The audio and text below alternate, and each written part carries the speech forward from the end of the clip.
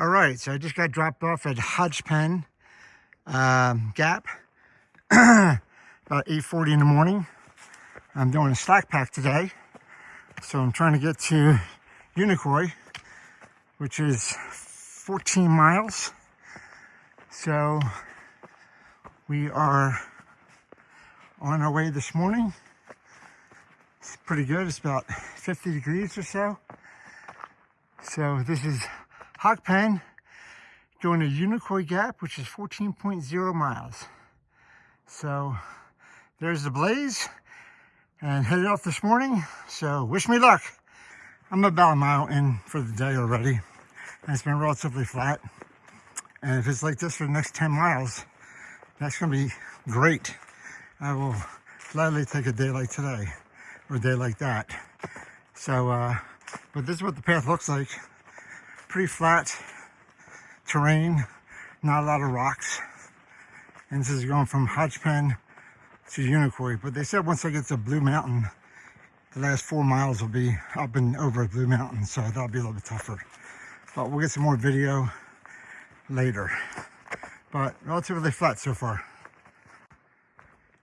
So I'm about 2 miles on the trail this morning, but I wanted to relay a story, or a couple stories I should say, and a couple tidbits from my shuttle driver. So I had a shuttle driver, Mary, who was wonderful. She was a retired Hillsborough County Sheriff's deputy, and she came up here and she's shuttling hikers now, and she loves it. She's doing it about 10 years.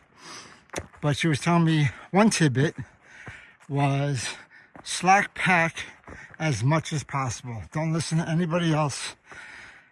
We're older. I'm the same age she is, and it's harder on our bodies, so take advantage of it. It's not a crime. It's not a no-no. So everybody does it, even if they don't admit it. But Slackpack as much as you possibly can, because it'll save wear and tear on your legs and your body. So I am definitely going to take advantage of that whenever I can. So that was tidbit number one. The two stories are, she was telling me about, I was explaining to her that I wish I could stay at a hostel every night. And she said there was a gentleman, I think his trail name was Platinum, but he stayed only 13 nights on the trail when he thru-hiked the AT a few years ago. And I understand why they gave him the name Platinum, because Mary said it cost him over $100,000 to get shuttles back and forth and eating and dinner in town and stuff like that. So she said between 100 and 200,000. I'm like, wow, if I had the money, I could do that. But that seems a little excessive. But I will be taking advantage of as many hostels as I possibly can. Maybe not to that extent. So 13 days, that's remarkable.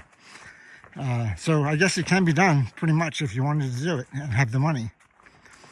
And then the last story I thought was really interesting was she said that some older people are now hiring Sherpas. Or I guess they call them Sherpas. I don't think you can call them Sherpas unless you're on the mountain. But they call them Sherpas, and what they do is they carry your backpack for you, and they'll go ahead to wherever the tent site is or the shelter or whatever. They'll set up your tent. They'll cook for you. They'll get everything ready. And then when you show up, you just have to eat and go to sleep. Or eat and have some coffee or whatever and go to sleep. And then in the morning, you get up and leave. And then Sherpa or a young kid or whoever it is would pack up your tent and catch up and run ahead of you, like a 4-caddy, I guess. So that is very interesting. Those kids must be strong, because if they're carrying stuff for somebody else and themselves, that's a hell of a job. But I never heard of that before. So Mary, thank you for that piece of interesting, not wisdom, I guess, but information. But that is crazy that people would actually do that. Well, I shouldn't say it's crazy, because I may look into it now. Anyway, as you can tell, for the last couple of minutes, it's been relatively flat. And I call these things catwalks, I guess, because of skiing. We used to call the cross-country skiing catwalks if you go from mountainside to mountainside. So, but I guess their real name is like a ridge trail, because you're right on the ridge line and you're walking right along the whoa, don't trip, walking right along the ridge line. So I'm gonna put this down so I don't hurt myself. So a real interesting side note, I just passed my first hiker. I know it's not a race and stuff like that, but you know, you'd rather be passing somebody than have them pass you. Everybody, you know, even if they don't want to admit that, that's true, especially when you're in cars and going fast. But he was off to the side of the road doing his thing for the morning, so I really didn't pass him on the trail. But I saw him down there. He had his poles in the trail, so he knows where to come back up to. Kid up there, Kevin, is through hiking. Young kid, started a couple of days after I did, and he's already passed me. So remember the guy I said who was doing his duty in the woods? Well, that's him right there. And so now he knows how it feels to be the passer and not the passee. And I am in the reverse. But he did it on the trail, so I feel bad. No, I don't feel bad. But he's putting in some miles. But good luck. I wished him good luck, and we had a little chat. So everybody has to hike at their own pace. And he's a young kid, and I'm not. So we're coming up to a view, and everybody shows you the view, obviously. So I wanted to show you guys where you have to take the view from. So basically, it's just a little rock. It's a big rock. I shouldn't say little rock. It's a big rock. There's a little trail jutting off, if you call it a trail. A little path, I guess. And then basically you come up here and stand on this rock, or wherever you feel comfortable, and say, look at that view, woo! But you can actually see the view. It's still early. It's about 10:15 in the morning, but you can see the mountain lines, not mountain lions. You can see the mountain lines. So, oh my God, my mouth is numb sometimes. I can see the mountain lines, not the mountain lions, but pretty cool view. So I know the other tidbit that Mary was going to say. I know there's two of them. I forgot to say it earlier. I'll probably try to splice this back in. Anyway, she also said that all these young guys, or young people, guys and girls, she said, always bet on the female. They're going to kick everybody's ass. So if there's a choice between a young male or a young female, bet on the female. She's going to make it to Katahdin. But that's not the tidbit. The tidbit she said was that the young people have the cartilage and the old people like us have the money. So they can walk faster and further because their bodies haven't been worn down like ours have. So she said, don't worry about when they pass you. And I thought of the story just when Kevin just passed me just now, that, yeah, he was going pretty quick, but he looked like he was in his early 20s. And I can't keep up with that, I know that. But everybody says, hike your own hike. Now, I actually know what they mean. It's a saying, and so you're out here and you kind of, you don't want to keep up with anybody. You don't want to try to keep pace with somebody that's too fast for you, or you don't want to go slow for somebody that's too slow either, because you have to hike your own hike. But it's interesting that you listen to the YouTubers and you listen to people say what they say, but until you actually are on the trail, you really don't understand what they're talking about. You think you do, but you don't. So that was a great tidbit from Mary as well. and already I'm on my learning curve. So I'm headed down into Low Gap Shelter. So I made it to Low Gap Shelter down here. I'm not going to go down there, but this is Low Gap right here. And then I think we're going to go back up a little bit.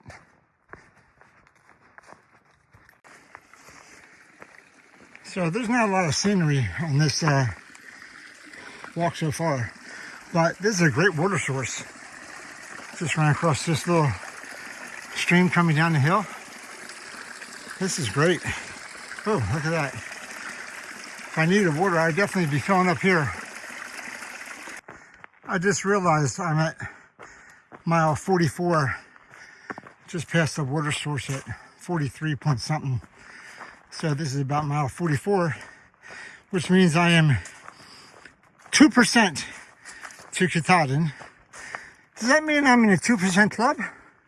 I don't think that's what that means. It means 2% of those people over 60 make it to Katahdin, not 2% of the people over 60 make it 44 miles. But it's my own little spin on the 2% club. But so 2% there, 98% left, no problem. So I'm just up from Low Gap Shelter, and you can see that this road is pretty wide. I mean, the trail over here is on the right, but the actual path itself is pretty wide. There's some growing in the middle, but this used to be, I was told this used to be a logging road, which makes total sense how wide it is. I can definitely see trucks coming up and down here. Don't care about the little stuff in the middle, but so I guess I'm on this for a while to Unicoi Gap, I guess. So it's probably about another 5 miles or so on this logging road, or used to be a logging road. So if it stays like this, nice and flat, and a little bit ups and a little bit downs, I'll be a happy camper. Well, not a camper today, but a happy person. So this is a fun little tunnel. I'm about mile 7 into the day, and kind of greenery uphill. Provide some shade if the sun was out, but the sun's not out. But it's a fun little path around the side of the ridge. It's not a catwalk. It might still be the logging road, I don't know. But definitely more scenery. Beautiful. So if you hear about a stealth tent site, this is what they're talking about. It's not on the map anywhere, but you see there's a fire pit in there, and there's spaces for maybe 2, 3, maybe 4 tent setups here. But there's quite a few of these all around the AT. So if you come up to one and it's too late and you don't want to go to a shelter, so that's going to be definitely an option for me in the next few days after I leave the Green Dragon. So we're headed down. I just got up to the top of a little ridge, and we're headed back down. So this is for all my golfing buddies. It's 11:40 in the morning, and I've done about 7.5 miles. So that's sort of like the first 18 I walk when I'm playing with you guys on Saturday. So I'll be at the tee box at 12 o'clock. Don't tee off without me, and we'll walk the second 18, and that'll get us to 14 miles today. So just a walk in the woods, a walk in the golf course, same thing, except here I don't lose any golf balls, but you guys are definitely losing golf balls, I know. Have fun out there golfing, and I'll have fun out here hiking. I'll see you guys in the fall. So this might be the best view I have all day. The sun's not out, but you can see the mountains out there. It's beautiful. I'm about half a mile from Thru-hikers Gap.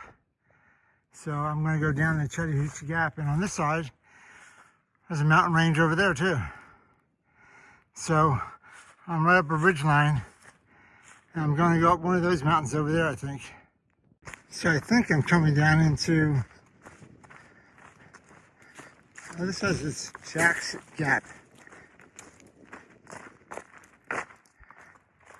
Jack's Gap Trail that way. Oh, this is Unicoi Gap. So Unicoi Gap. So I'm outside of Unicoi Gap. And this is a weird thought. As I'm going across these tree roots and stepping on them, is the tree going, ouch, ouch, you're hurting me, you're hurting me? Or are they saying, hey, thanks, dude, I appreciate it, glad I could give you a step up? I don't know, leave a comment. What do you think, people? Am I hurting the trees? Or are they just annoyed with me?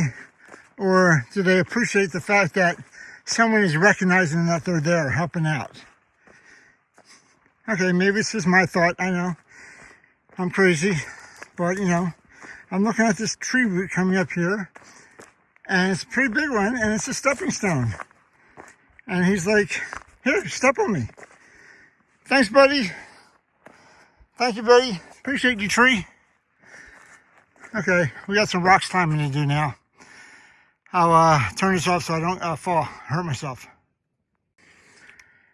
So when I said I had some rock climbing to do, it's been like this for about a quarter of a mile. So it's not really boulders or anything like that, but it's small little rocks. They're jagged. Some places you have to watch your step. But I thought, whoa, where do you do that? That's why I'm not filming. So guys, when you're on the trail and you need water, and there's very little streams available, this is one of the streams that I have to get water out of. So, I have to go down here. Ooh. Hello. And get some water. I have enough to get home, I think, but you always want to be safe and not be out of water. So I'm going to fill up here even if I don't use it. But fresh stream water, and then I'll filter it and it'll be good to drink. But there you go. I got a full liter of water now that I can drink later. And for those of you people that says I can't do this, ha! Alright, I still can't get up yet. No, just kidding. I just wanted to show my face. I watched the video and I saw that I wasn't in it. So this is the little water and this is me. And I have my water now, so I got about 2 miles left, or a mile and a half. And we're going to go back to Green Dragon tonight and have some good food. I'll probably go out to Hiawassee, the Hiawassee Grill. But we'll see where they take us. So that's the Blue Mountain Shelter over there. I'm only about a mile and a half or so from Unicoi, so I'll be not staying at the shelter tonight. I'm going to go down and then up and then down. So about another hour or so today, but nice little jaunt. It was fun. Well, I'm at the top of Blue Mountain and there's too many trees in the way, but this is what it looks like up here. And on this side, you can see a little bit more, I think.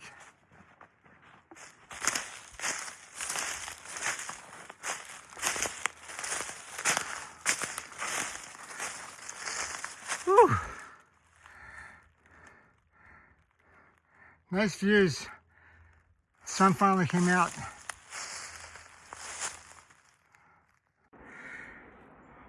Wow, going down Blue Mountain is tough. You got all these rocks and all the leaves are all over the rocks. So you're slipping and sliding if you don't put your foot in the right spot. But it's a mile 0.3 down. And it's probably going to take me over an hour to get down the hill, down the mountain. It's just, there's water and leaves everywhere. They're tough, man. I don't know how far up it is, but I won't when I come southbound and have to go up Unicoi Mountain or Blue Mountain from this side. That's a steep climb. I've been going constantly downhill for mile 3, or 1.3 miles is total. So I'm about, I don't know, 0.3 left. And I'm going pretty much straight up and downhill on these rocks. So, and these leaves, like I said, are not helping much. But this is actually good right here, but it wasn't a little while ago. Coming into Unicoi Gap, where Bill from the Green Dragon is going to pick me up. So I came from Hogpen Gap, which is 14 miles. So, and this is Unicoi. I think it's C-O-I, Unicoi. Okay, I've been saying it wrong. Unicoi Gap. Anyway, so Bill should be down here, going back to the Green Dragon tonight for another night at their lovely hostel. Bill and Donna, they're so cool. Oh, if you guys are watching this and you stayed at the Green Dragon, reach out to Bill. A deer came out and hit his car last night, the little blue Fiat. So when he was driving to get a tire flat, or a flat tire changed. Anyway, he's all right, Bill's okay, but I don't think the Fiat is. So I just got down to Unicoi Gap, and you don't see this too often. It's a little hiker crossing sign. That's pretty cool. I don't think I've ever seen one of those in Texas. Well guys, I made it back to the Green Dragon, and I am in some cool loner clothes. Some girl skier and some camouflage stuff. Goes with my camo or digital hat. So back here for tonight. I did 14.5 miles today, and tomorrow starts a little bit harder stretch. So I'm going to enjoy tonight, second night at the Green Dragon. And I'll be back here probably in 2 nights after I get to Dick's Gap. So I'm at the Green Dragon, and this is their eating area for breakfast and whatnot, and common area, I guess you would call it. And the bunkhouse is inside. So this is the bunkhouse inside. So we got 4 bunks on this side and 4 bunks on that side. And then in the back room here, we have a bathroom and shower and a laundry sink. And then we have 4 more bunks here. I'm staying on that one right there, the lower one. So it's a pretty cool place at the Green Dragon. It's below where Bill and Donna actually live upstairs. They're the owners. Got a little swing out here. Until you get to the summertime. Everybody has their packs over here. And if you go upstairs, we're gonna see everybody leaves their poles outside because Bill doesn't want them to forget. He said last year 13 people forgot their poles when they got to where they needed to be dropped off. And a cool feature, or I guess it's cool, I think it's cool, is the Green Dragon actually has a Green Dragon on their garage workshop area. And since I am an older guy with silver hair, I decided to put my name up there at the top in silver. So I'm an official hiker now. Sign my name on the Green Dragon wall. So there's my name right there, Dutch Nobo 2025.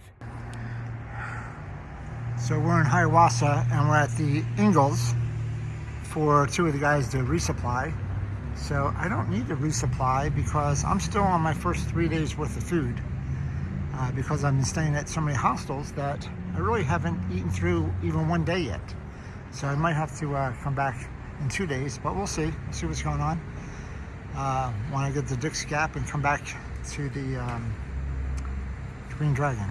So we'll find out what's going to happen in 2 days. But right now, I do not need a resupply bar. Go in and maybe get a Snickers bar. That sounds like a good idea. So in the 1950s, when the Lord of the Rings came out, it got real popular in America, whereas in England, no one was reading it. And because it's really kind of a story of, a group of friends putting on backpacks and going for a very, very long walk, there was an immediate connection between the trail in the Lord of the Rings. So when we were looking for a name to name our hostel, and because I'm a huge Lord of the Rings fan, I was looking for names that were Lord of the Rings, but kind of fit the hostel, and came up with about 15 or 20 names. But one that kept floating to the top, mostly because it was memorable, was the Green Dragon. We came close to calling it Misty Mountain Stop. Had a little Led Zeppelin reference in there too, but then we looked online. There's like 4 places in the area that have Misty Mountain in their title, and we wanted to avoid all the prepositional phrases. There was, above the clouds, around the bend, under the mountain. I made that one up, but that's kind of what a lot of them sound like. And the hikers get confused. Ours is just a little different, so people remember it. Plus, it was kind of an easy way to make a logo. Like we sprayed the little green dragon silhouettes on all of our gear that goes out that we loan to the hikers. And, yeah. And bottom line was, I'm a huge Lord of the Rings fan. Read the books when I was a kid, addicted to them, and the idea of naming something that I owned after Lord of the Rings was kind of fun. That's cool. I'm a big J.R.R. Tolkien fan too. Oh, awesome. So yeah. So this is Bill, owner of the Green Dragon, and his wife Donna. They're so wonderful and helpful. We're at Ingalls right now and getting food supply. But thanks, Bill. Appreciate the history lesson. You're welcome. Thanks, man. All right. Bye.